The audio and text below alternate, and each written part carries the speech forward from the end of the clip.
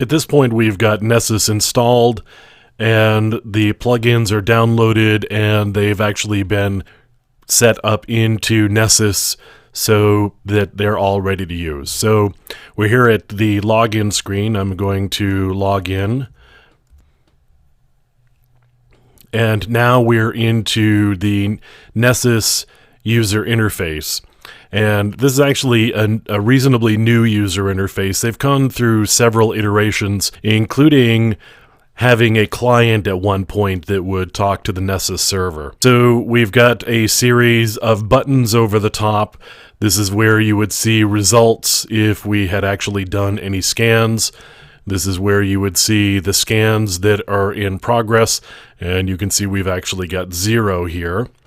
And right here we've got where there are some templates and policies are actually where we would spend a lot of time doing configuration for scans. So you would create a policy, or you would modify one of the existing policies. You would set up different preferences and either turn on or turn off different plugins that you wanted to use. We can also create different users, so we could give people a login, and we could actually make them not an administrator, so maybe all they can do is look at the results, and they couldn't actually create scans as an example. So we've got the configuration here, and if you needed to use a proxy in order to get out to the internet, this is where you would set the web proxy so that you can go get plugins. And here's where we've got the feed. We've actually got an activation code. If you wanted to go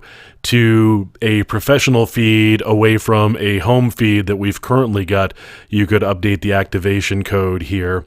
We could force an update of the plugins, but since we just did it a few minutes ago, not going to be any point in doing that. There are some mobile settings where you could have an Apple profile and do active sync. So you could use your mobile phone in order to interface with Nessus. Finally, some advanced settings. So this would set some overall preferences on the scans that you're running and the various things that we'll be doing inside of Nessus. So that's really kind of what it looks like here.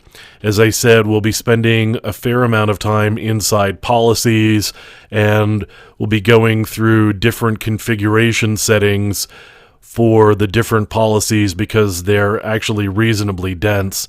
And I can pop one open here.